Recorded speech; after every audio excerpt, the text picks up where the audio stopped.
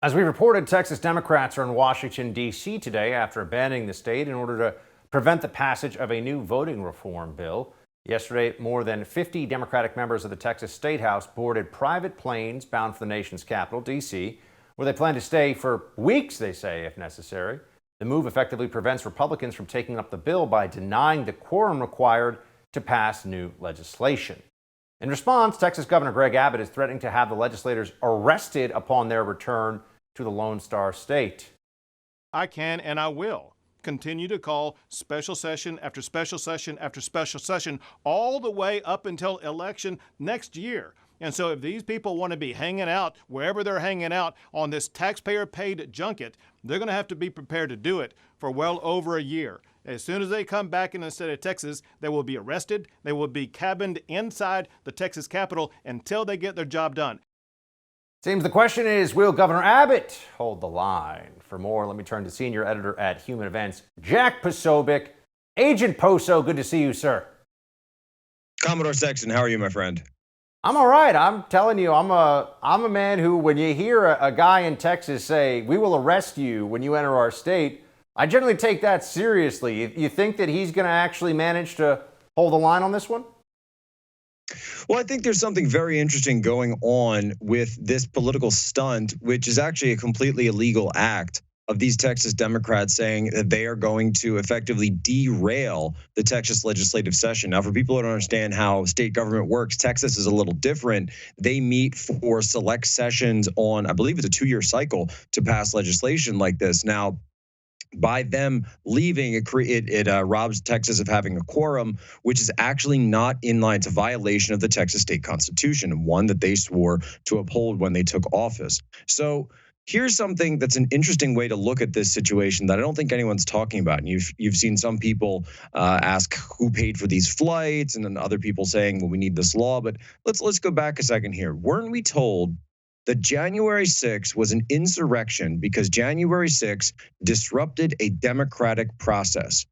Well, something that I'd like to put to you that I don't think anyone else has pointed out yet, is this not the disruption of a legal process in the state of Texas and a usurpation of the Texas government's duly elected duty to conduct their business for the affairs of their representatives? And as such, is it no less an insurrection by these members? And so Governor Abbott, that is what he is basing this legal opinion on. They are willfully and deliberately disrupting the legislative session of Texas, and that is why he is calling for their lawful arrest when they return. Jack, it is in fact illegal what's going on. I think people haven't seen that said nearly enough in the media. What these Democrats have done is a violation of Texas law, which is why, of course, they can be arrested and brought to the Capitol to do their jobs. And this has been pointed out. I think it's also the case that the governor of Texas, Abbott, could call for special elections to replace these members because they've effectively, legally speaking, abandoned their posts. So there's a lot of things that are going on here, but they think of themselves as heroes. James Tallarico, who is a Texas state rep, tweeted this out. This was pretty hilarious. I'm sure you saw this. Just landed in Memphis on our way to D.C. Thank you all for your well wishes. We left behind our families, our livelihoods, and our beloved Texas, but our sacrifice is nothing compared to the sacrifices brave Americans have made throughout history to protect the sacred right to vote. Yeah, I would say to this guy, I'm glad he doesn't quite think that he's storming the beaches of Normandy, but he kind of thinks he's doing something brave by going to D.C. Yeah, James Tallarico, actually, I don't know if you saw, but I watched a few videos of him, and he's one of these new generation of young Democrats who, like Pete Buttigieg, like Josh Shapiro in Pennsylvania, or like John Ossoff down in Georgia. They're really young, but they use that sort of highly affected voice where Beto does this as well down in Texas, where they drop their voice down to register when they speak. So they come across with a gruffer kind of tone, a deeper voice that is clearly and obviously not their true voice, but they use it every time they speak. Pretty good, Poso. We got a radio career for you if you want it. What do we think? My dad always said I had a face for radio. What do we think this ends up turning into, though? And why do you think the Democrats are pulling these shenanigans right now? Look, when it comes down to it, the Democrats know they have a problem. They are scared to death of anybody cracking open the books on the 2020 election, and they know that they have been called out. There's two sides to this debate, and over the past 20 years, there have always been. One side pushes for actual, fair, and secure elections. We want to know who's voting, we want to know when they're voting, and we want to make sure that they're voting properly. That's it. The other side fights against those. They fight against voter ID. They fight to open up these universal mail-in ballots. They vote to have these ballot boxes. I'm not just talking Texas, I'm talking nationwide. They want to have ballot boxes that people can drop off stuff in the dead of night. They're not monitored. Nobody knows what's going on with these things.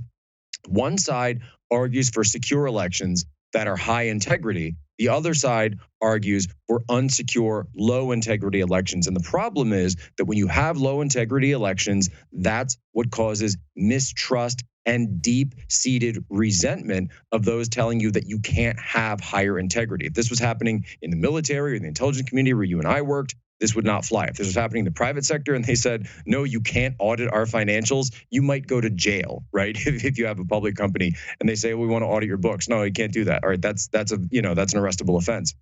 Jack, so what's going on here is they want to shut down all accountability when it comes to elections.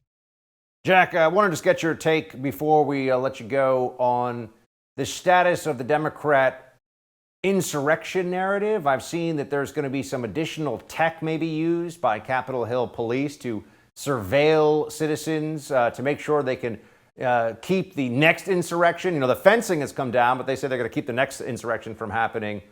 What's going on with this? I mean, when are we going to actually get to see the charges? When are we going to find out who shot Ashley Babbitt? It feels like there's a lot that's not yet known.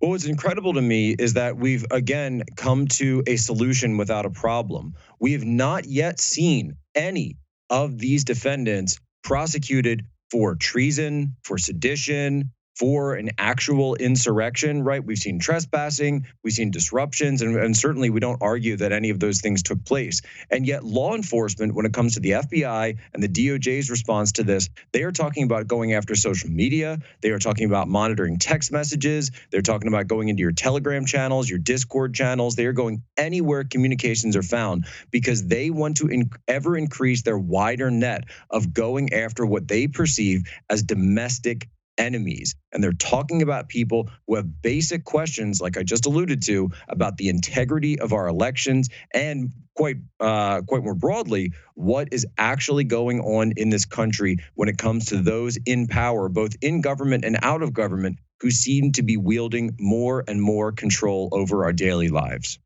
Jack, good to see you. Thanks for sharing your perspective.